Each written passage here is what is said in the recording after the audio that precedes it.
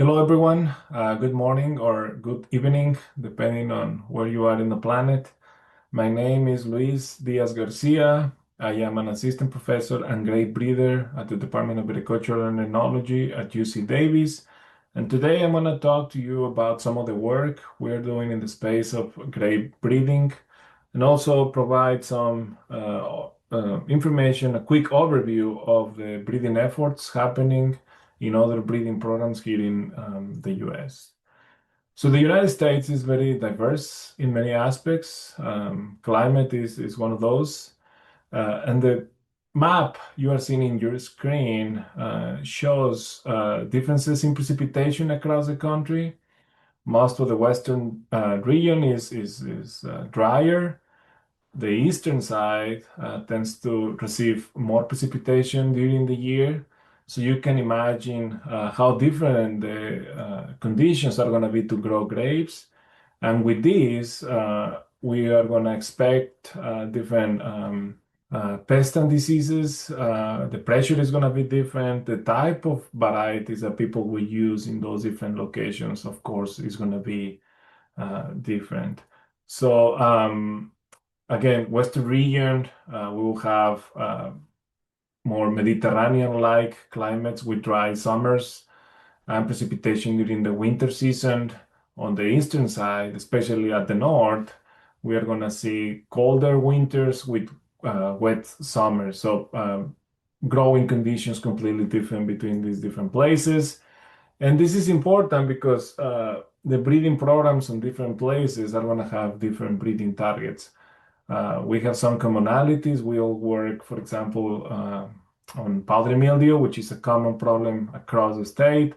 But each program will have their specific breeding targets according with the location and the different characteristics they have in their own sites. In the south, we tend to see more Pierce's disease, so that's going to be a relevant breeding target for people working on Texas, in UC Davis, like myself here. We're interested in drought as well. On the eastern side, downy mildew is a big problem because of the precipitation during the summer. So breeding programs in those areas will focus more on this aspect. And this is also very important. We'll have more emphasis and interest on traditional varieties in places like California compared with some other regions, especially east north. Which will also be interested in hybrids because of the stresses they have up there and the use of wild species that are naturally adapted to those conditions. So here in Davis, we have been working on grape breeding and winemaking for over 100 years. The breeding program is also quite old, almost 100 years of history.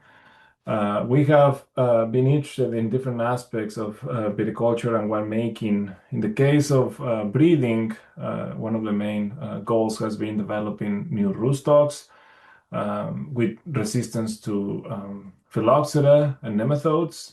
But also more recently, there has been a lot of interest in developing salinity-tolerant rootstocks, particularly against chloride and boron.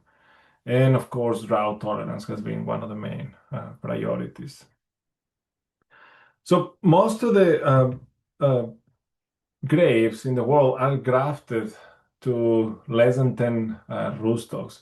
And most of these rootstocks come from only three species, Vitis rupestris, Riparia, and Berlandieri. And more recently, there has been some interest in using these other two species, Vitis champinii and Vitis rotundifolia, which add resistance to nematodes. So most of the rootstocks we use in the world come from only these five species. And most of the rootstocks have been used the same way since they were created. So most of them were developed in the early 1900s, little after the phylloxera crisis, and we have been using those rootstocks since then. But there are many more species in the world. So there are about 70 species of vitis in the world. Here in North America, the US and Mexico, We have more than 30 species, and we have collected a lot of them. We have a very large germplasm collection here at the university, including more than 1,500 unique accessions spanning 20 species. And this map here just shows the location of all these different accessions, the place where we collected them. So if you think about this map with the map that I showed at the beginning, that shows the differences in precipitation, you can imagine, how different the conditions are for these different accessions, where these accessions or these vines, evolve and naturally grow. So these accessions probably have developed adaptation mechanisms to be able to deal with stressful conditions, whether this is water limitations, extreme heat, waterlogging, or the presence of certain pests or diseases. So I think these are going to be important resources for developing not only roosters but also scions. So one of the aspects where we are very interested in is the development of salinity tolerant roostocks.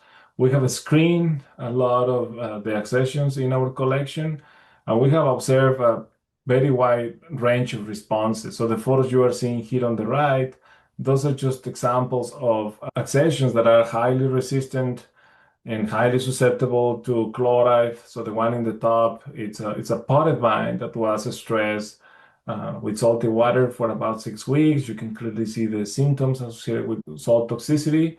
And then at the bottom, that's the same plant under the same stress conditions growing just well.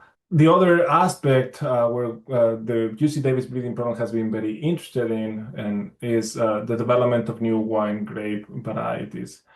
Ruby Red, which is a widely used variety here in the US, was developed here in the program. It's a tincture that is used to add color to wine. More recently, Dr. Walker developed a group of Pierce's disease resistant varieties. And currently, I'm working on introducing powdery mildew resistance to the existing Pierce's disease resistant we already have. So Pierce's disease is an important issue here in the US, especially in the southern region. We have some areas where Pierce's disease can be a severe problem in California. In the eastern side, the closer to the Gulf, the more problematic this disease is. And in those regions, there are already some varieties that people use. These are hybrid varieties that involve many different species that are naturally tolerant to the disease. People can make wine out of these varieties. But for us here in California, these varieties will have a difficult time because the wine that can be produced out of these is not compatible with wine made with pure vinifera materials. So very early on, one of the goals here was to develop new varieties with very high percentage of vinifera that could be resistant to Pierce's disease. So Dr. Walker, my predecessor, started looking for sources of resistance. He found one species that is called Vitis arizonica that has a region in the genome that confers full resistance against Pierce's disease. At the same time, there was a lot of research on the genetics and genomic aspects of Pierce's disease resistance. The idea was to identify the causal gene or genes and develop molecular markers to conduct marker acid selection, which is a technique breeders use to accelerate the breeding process. So using marker acid selection, Dr. Walker developed a number of varieties that are Pierce's disease resistant, but at the same time produce high quality grapes. So he developed 5 Pierce's disease resistant varieties, 3 reds, 2 whites, all of them more or less with the same characteristics in terms of Pierce's disease resistance, but very different enological properties because different varieties were used to develop those, and therefore the results are quite different. So there are plenty of choices to look at. So these varieties are still considered hybrids because the use of wild vitis at the beginning of the breeding process, but the percentage is very small, so 3% in most cases. And again, these are completely indistinguishable from other wine grape varieties. So then I'm gonna spend the next few minutes to talk about other breeding efforts in the US. As I said at the beginning, the conditions across the country are very different. So are the breeding programs and breeding targets. These are a couple of slides that Sun Lite shared with me. He's a grape breeder at the University of Minnesota. And for him, one of the main aspects is related to extreme cold temperatures.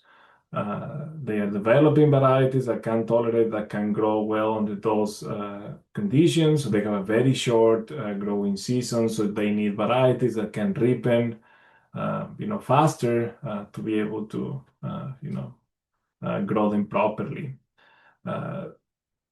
Pests and diseases are also different. They have a lot of interest on downy mildew, for example, developing downy mildew resistant varieties, which is something that is in the interest of several breeding programs. For us, it is not, because we don't have any issues with downy mildew. So downy mildew for them, black rot, phomosys, phylloxera, those are important breeding targets. In Texas, we have more similar conditions, and these are again a couple of slides from Dr. Andre. He's the new grape breeder at Texas A&M, and they have also a number of breeding targets and interest. And this map also reflects some of the diversity within the state. So Texas is it's a big state that has different wine grape growing regions. All of these regions experience different stresses and challenges. So, for example, drought issues might be present across the state, but things like powdery mildew or phomosys or other diseases might be more of a problem in certain areas closer to the Gulf. So he has developed this map that shows different breeding targets depending on where you are in the state. So that's all I have, and unfortunately, I won't be able to join the Q&A session because of an urgency here, but I'll be happy to be in contact with you either by email or phone or Zoom. If you have any comments or questions, I'm happy to try to answer them. Just send me a message. Or thank you, everyone, and enjoy the rest of your day.